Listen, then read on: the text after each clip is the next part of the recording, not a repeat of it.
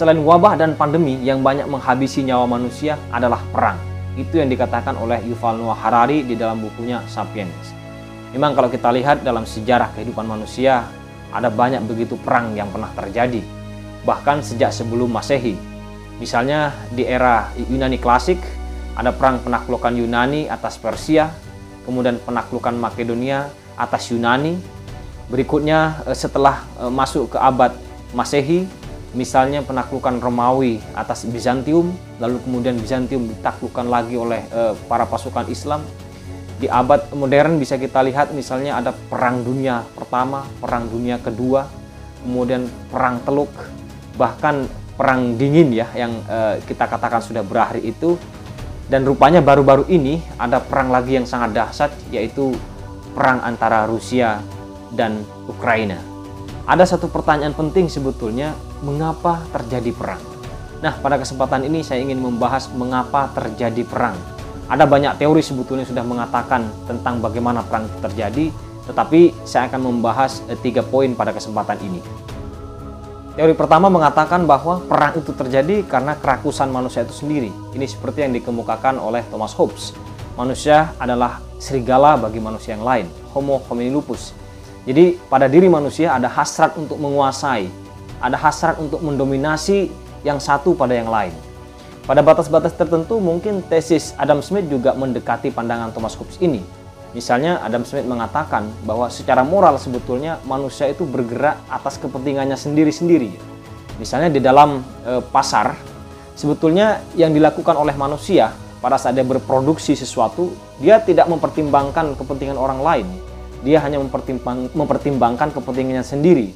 Tetapi menariknya, kata Adam Smith ini, di tengah gerak manusia yang sebetulnya individual itu, yang mementingkan dirinya sendiri, bergerak atas kerakusannya, sebetulnya di dalam hukum pasar bisa terjadi keseimbangan. Misalnya hari ini minyak goreng langka misalnya, lalu ada banyak orang yang memproduksi minyak goreng, banyak orang memproduksi berlomba-lomba. Tetapi setelah banyak orang yang memproduksi, maka harga minyak goreng itu menjadi murah karena jumlah produksinya menjadi begitu banyak. Sehingga ada banyak pilihan harga, kira-kira begitu. Maka ada persaingan harga dan otomatis ada penurunan harga.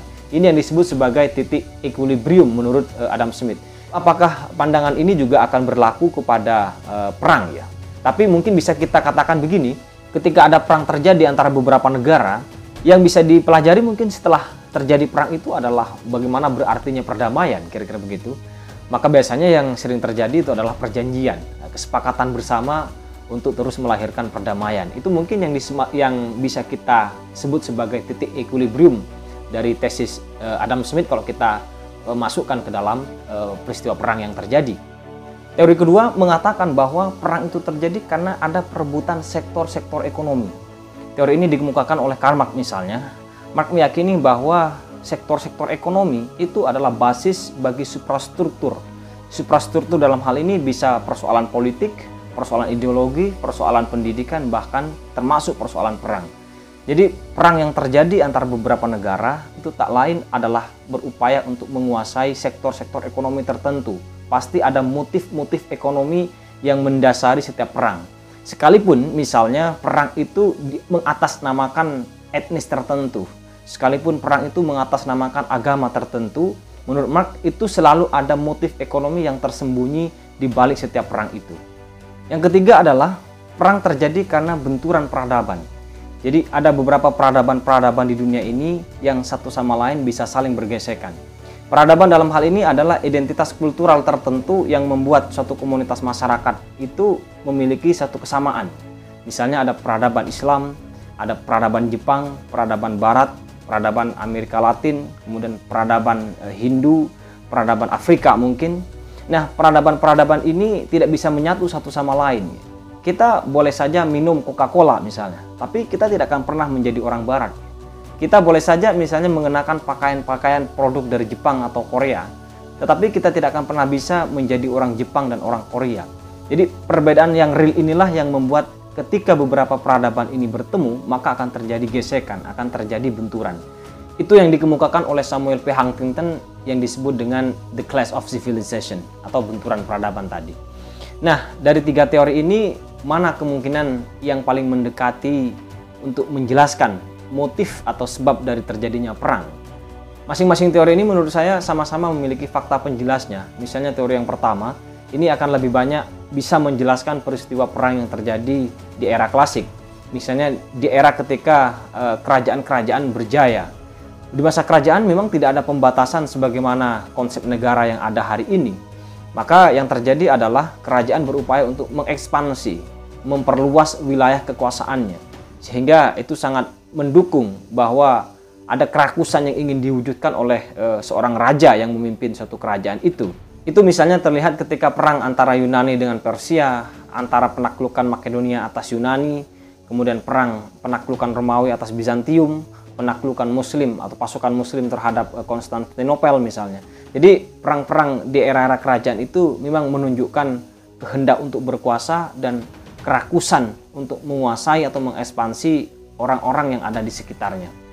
Hal yang sama pada teori yang kedua, misalnya ketika Perang Teluk terjadi, Perang Teluk pertama maupun Perang Teluk kedua.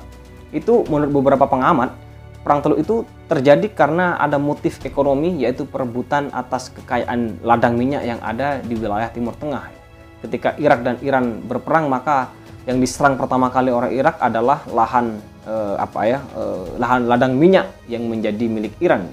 Begitu juga ketika Irak menyerang Kuwait misalnya, itu tak lebih dari upaya penguasaan atas kekayaan minyak yang ada di negara-negara Timur Tengah. Nah, bahkan perang antara Rusia dan Ukraina belakangan ini ada yang mengatakan bahwa karena Rusia ingin menguasai gas alam yang ada di Ukraina. Pada teori ketiga juga terjadi hal yang sama, yaitu memiliki fakta-fakta penguatnya.